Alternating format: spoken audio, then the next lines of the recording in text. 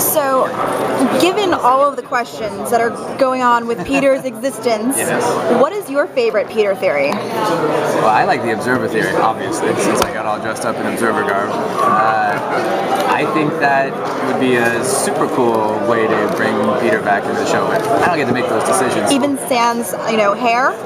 I told them I was willing to shave my head for this. But they were, somehow that didn't get past Fox and Warner Brothers. They weren't down. I don't know why. Well, hopefully they will need you back on the show with your normal hair soon. We shall see. I mean, they're still paying the check, so I know I'm coming back eventually, but I don't know. And you're here. And I'm here, so that's a pretty good tip-off, yeah. How far in advance did they tell you? Hey, what?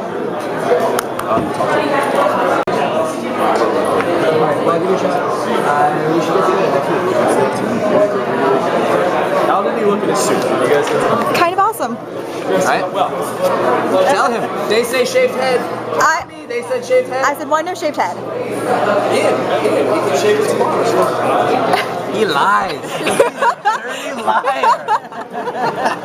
So, Joshua, how far in advance did they clue you in about this big reveal that they were going to change things up on the entire universe? Well, I think they've said this publicly, so I think it's okay for me to say too.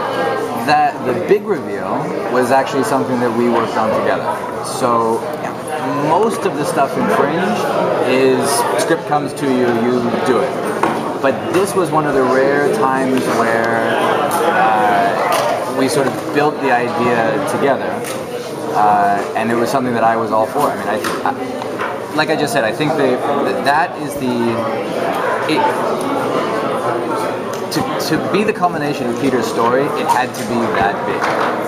To get that, if it's going to be, you couldn't just half-ass it, right? You couldn't have the and then we all sort of ride off into the sunset together. It needed to be something to be Fringe. It needed to be big, and the most noble sacrifice that you can make is to sacrifice yourself for someone that you love. And for Peter, who had gone from being this completely selfish person, it just made sense to me that at the end of this path, he would be the exact opposite. So I was actually a part of that decision. So if anybody's really pissed off that I didn't exist, it's my own damn fault. I think one of my favorite parts of the show is your relationship with the other Olivia and this Olivia, and I'm the only person alive who kind of likes the other Olivia. No, me too. Yeah. But I think I'm with you on that one. I think it's telling that Peter had 3 years, or I guess 2 years, to be around our Olivia, and nothing ever happened. Nothing romantic ever happened. Though they were very closely bonded, nothing romantic ever happened between the two of them. And there was some sort of animalistic thing as soon as he saw the one from his side that it took all of about 8 minutes before they were naked and bouncing around together. So I don't think that's by accident.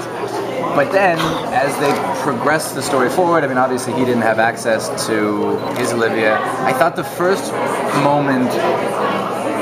time that Peter ever grew as a man for me on this show, outside of Walter, because I think his relationship with Walter had progressed quite nicely, was when she came back and she was all pissed off with him, and I really credit the writers with this. He took it like a match. He never complained about the fact that she was furious. He gave her the time to be furious, but he stuck by her. And that for me was the first time I went, oh, this is the serious relationship. This is where his heart actually lies. Because as a man, you would not stick around for all that nonsense if you didn't really care. So the scene in the marionette episode, yeah. At the end of that one, it's brilliant. Yeah, and she knocks that out of the park.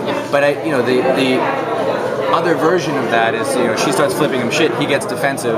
The guy who gets defensive, he's not really in it for the long haul. If he doesn't want to hear what she has to say, and he reacts in any other way, then that tells me that this is kind of a BS relationship. But the fact that he's willing to, A, be honest with her, but B, take it on the chin and let her work out all of the anger, that was the first time that I thought, now I get it. And so that, to me, was the beginning of what necessitated the ending being as dire as it was. When he went to the future, and he was married, and he saw his wife, and he felt that emotion of having been with her for 16 years, and still wanting to have kids, and the world is falling apart around them, and he's still so in love, he thinks there's a future for them.